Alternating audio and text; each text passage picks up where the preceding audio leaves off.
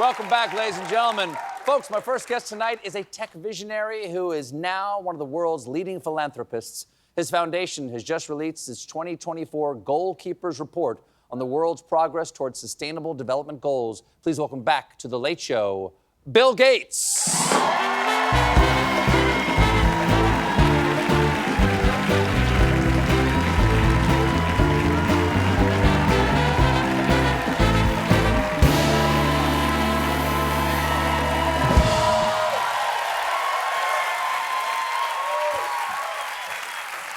Thank you for being here. Nice to talk to you again.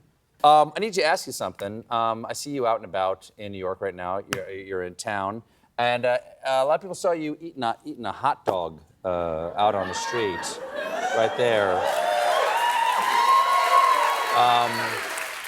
First question: do you need some money? Are you like hit with a sawbuck or something like that? Why eating a hot dog on the street? People are calling this the $1 billion hot dog. What's the story here? I hear that's what New Yorkers do. Tasted good, a little too much relish for me, but... Okay. Importantly, did you have ketchup on it? A lot.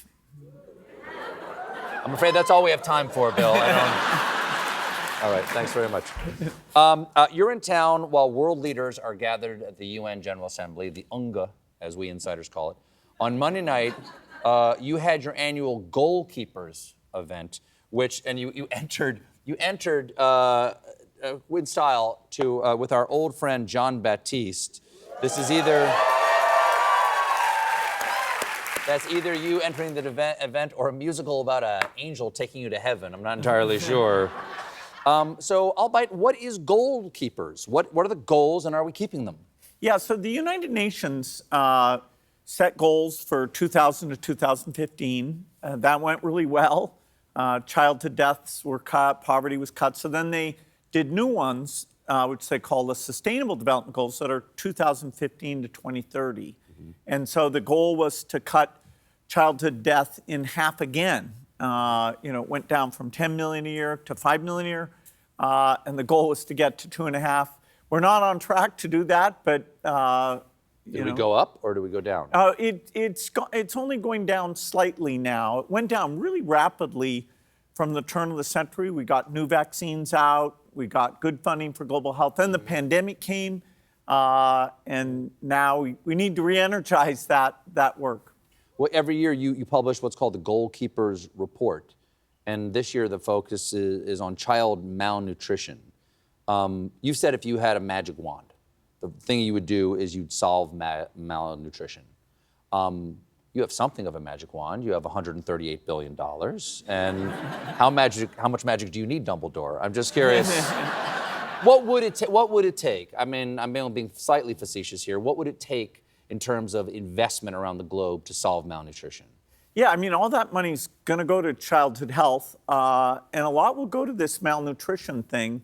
We have very cheap interventions that can get rid of a third of it, and we're doing research on how do we get rid of the other 2/3. Is it supply of food? Is it delivery? Is it corruption in governments where it gets delivered? What is the problem of we have so much food in the world, how are we not getting it to the people who need it? Yeah, so you can have enough food but miss these micronutrients, the vitamins basically, and so we have to figure out how to fortify the foods.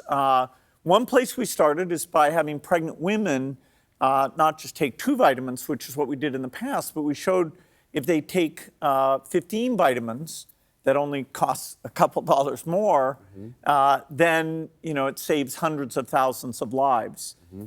The thing about malnutrition is if you don't get the right food, including those micronutrients, at an early age, you can never catch up. Your brain, your body, and almost half the kids in Africa, sadly, suffer from this.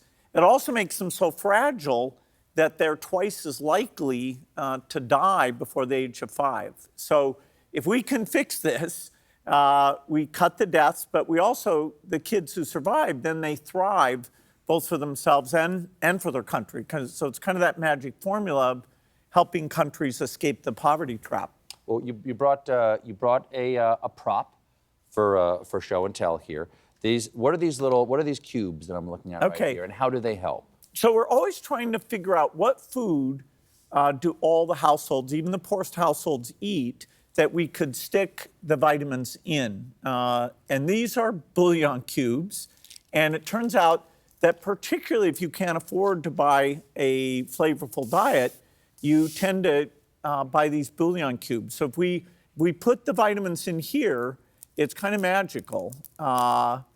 Usually we add, we can do it, but usually you add water, but it's okay. Savory. Niacin. That's right. That's a key vitamin. That is tasty. That is salty.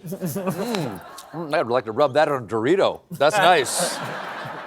So, do you distribute these? How do people get these? So we go to the manufacturers in the country and we say, we're going to require that for about 3% more of cost, you're going to take each of those cubes and put the vitamins in, and then they get out to all the households.